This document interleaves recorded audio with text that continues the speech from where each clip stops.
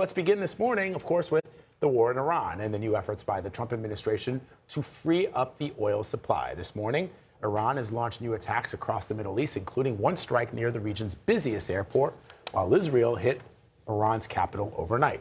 President Trump is now calling on other nations to try and help reopen the vital shipping route in the Strait of Hormuz. For more on this, we're joined by CBS News foreign correspondent Ramy Inocencio. Ramy, good morning. So it sounds as if the president is, at least for the moment, going to have to go alone. The United States will have to go alone with Israel because other foreign leaders are there. It doesn't sound like there are any takers.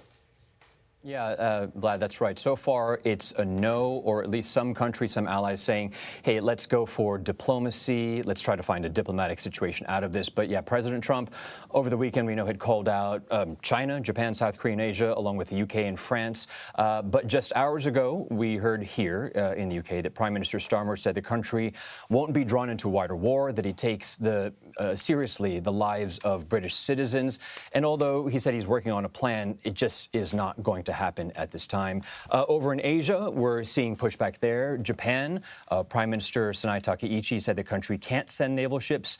She pointed to the pacifist constitution going way back to post-World War II. Australia weighed into, and I find this interesting because actually they haven't even been asked, but they actually got ahead of that, and they said, we're not going to get involved in this. But China, most importantly, has been quiet because President Trump is linking the future of U.S.-China ties to this. He's expected to go to Beijing at the end of this month for a state visit. We know that U.S.-China ties have not been good for many years. He now says he might postpone that visit. And all in all, looking at Asia, the 20% of oil that comes out of Iran, roughly 35% goes to China, about 15% goes to India, something like 10% on the order of that goes to Japan as well as South Korea. So we do see at least this logic coming from President Trump, coming from the White House, talking to Asian governments saying, hey, you're the benefit of this, so put more money, put more military in there. And Ramy, this is all coming as the fighting continues across the region this morning. What's the latest at this hour? Yeah, Adriana, this morning, Dubai, Bahrain, Kuwait, Qatar, and Saudi Arabia have all reported that they've had to intercept more drones, more missiles today. And this morning, Dubai's airport, one of the biggest really in the world in terms of passenger traffic, had to close for, by our count, about 5 hours. The reason there was for a drone strike, not on the airport, but on a fuel tank nearby. We're seeing that some flights have resumed, but this is at least the third time since the war started that Dubai has had to close at least temporarily. And Iran's Foreign Minister Abbas Araghchi said that his country still is not going to let up to inflict this pain. And he was on Face Nation with Margaret Brennan yesterday on this. Take a listen. This is a war of choice by President Trump and the United States, and we are going to continue our self-defense. We don't see any reason why we should talk with Americans, because we were talking with them when they decided to attack us. And we've got a time frame from Israel in terms of how long they want to go into this. The military said it's planning for at least 3 more weeks of war.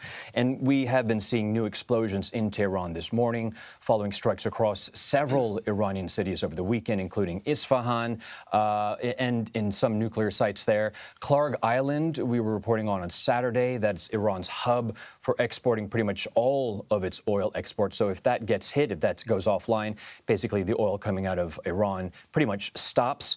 And then there's a second front by Israel on Lebanon, what they're calling limited and ground operations right now. That follows reporting out of Axios over the weekend, saying that the Israeli military is looking for a massive ground operation, according to what they did in Gaza over the past couple years. Ramy, quickly before you go, because you are in the United Kingdom, the president has called on the UK and other allies to help the United States in reopening the Strait of Hormuz. We've seen the Japanese saying no. The president spent the summer attacking, criticizing Denmark, criticizing Canada, and he's reacted to the way the UK is thinking about this with personal insults against the Prime Minister, Keir Starmer. What did Starmer have to say?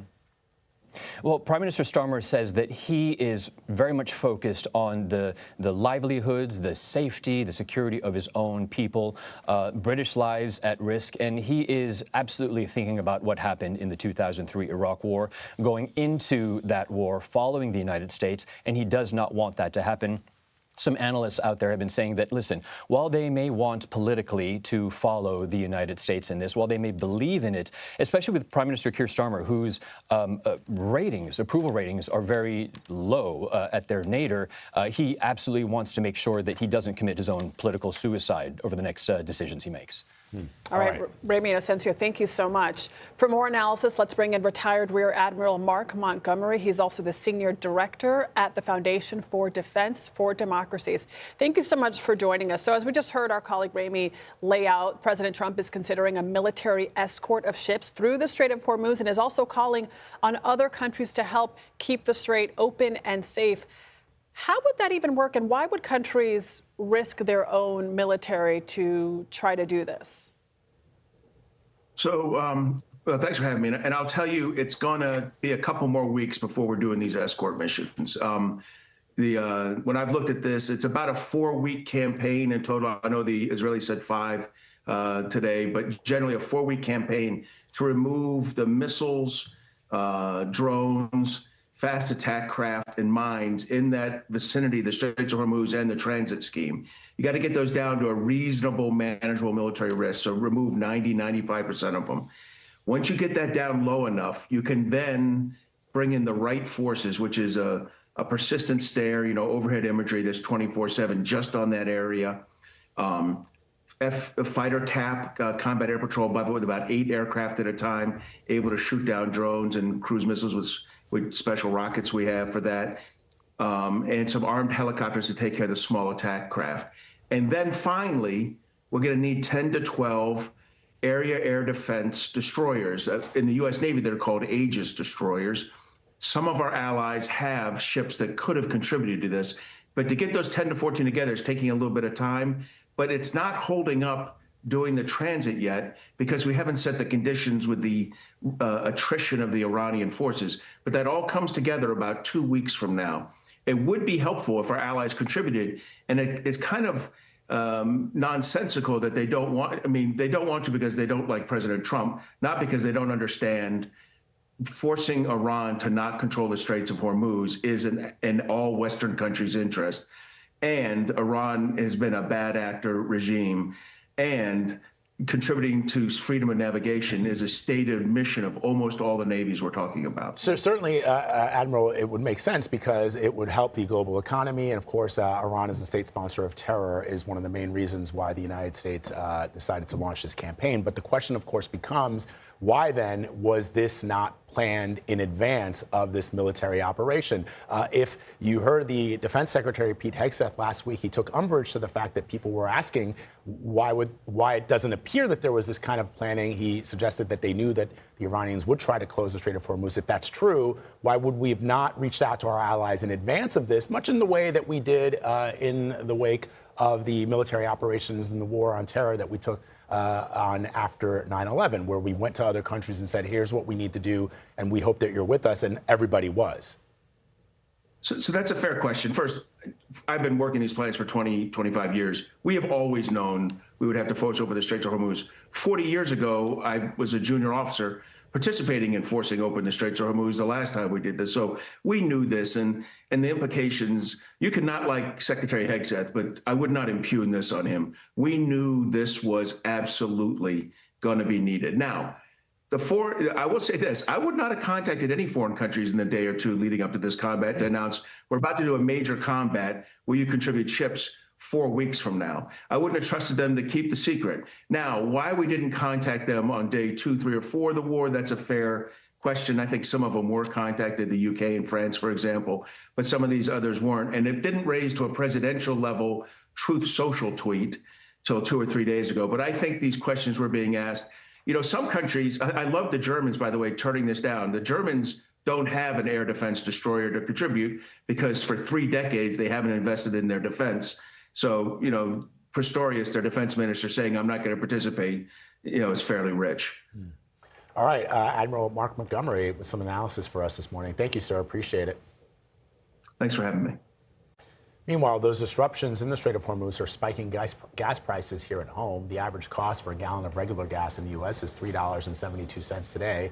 That's up from about 80 cents a month ago. So let's bring in CBS News White House reporter Olivia Rinaldi. So, Olivia, you heard the analysis both from Ramy and Admiral Montgomery that anything that we do from this moment on is going to take time, even if the Strait was to be open today, to pass down to American consumers. So what is the administration planning to do to mitigate the impacts that this war is having on the price of oil and gas? Yeah, it's a good question, Vlad. I mean, currently the administration is expressing optimism that this is just the short-term spike. Even this weekend, Kevin Hassett was on Face the Nation where he told our Margaret Brennan that he's seen the future prices of oil remarkably steeply decline. But still, we are in this space right now where it's just uncertain the amount of oil and gas that can transit through the Strait of Hormuz. Caroline Leavitt, the White House press secretary, was actually just out here on the White House driveway taking some questions from reporters. And she was asked about this and this coalition that the president is trying to put together of other countries in an effort to reopen the strait, make it safer for some of those oil tankers to transit through and hopefully bring down the price of oil. Take a listen to what she said here. Region, which is why President Trump took this action in the first place. So these countries are absolutely benefiting from ensuring that Iran can never obtain a nuclear weapon. This is something not just the United States, but the entire Western world has agreed with for many, many years. So I think the president is absolutely right to call on these countries to do more, to help the United States to reopen the Strait of Hormuz so that we can stop this terrorist regime from restricting the free flow of energy. And the fact that they are doing so just underscores why President Trump needed to take this action in the first place. Now, the point she was making there is one we also just heard from the admiral that you were talking to, which is that it is in the interest of those Western countries to keep the strait open. And that's the really the logic and the argument that the president is making to them. But also, it is in the interest of China. And a little bit of information there that we got this morning was there is a consideration for the president to postpone his trip to China at the end of the month, where he was supposed to be meeting with President Xi Jinping to talk about the economy and tariffs, among other things, because of the ongoing war in Iran. So a little bit of an interesting timeline thing there. They haven't made the decision just yet, but Caroline, the Treasury Secretary, and the president himself have all said it's possible that gets delayed, which is certainly in the global geopolitical sphere going to be a very interesting development if that does happen. And a way to perhaps add pressure to the Chinese and say, maybe we're not going to meet at this point until you guys perhaps help us out in the Strait of Hormuz.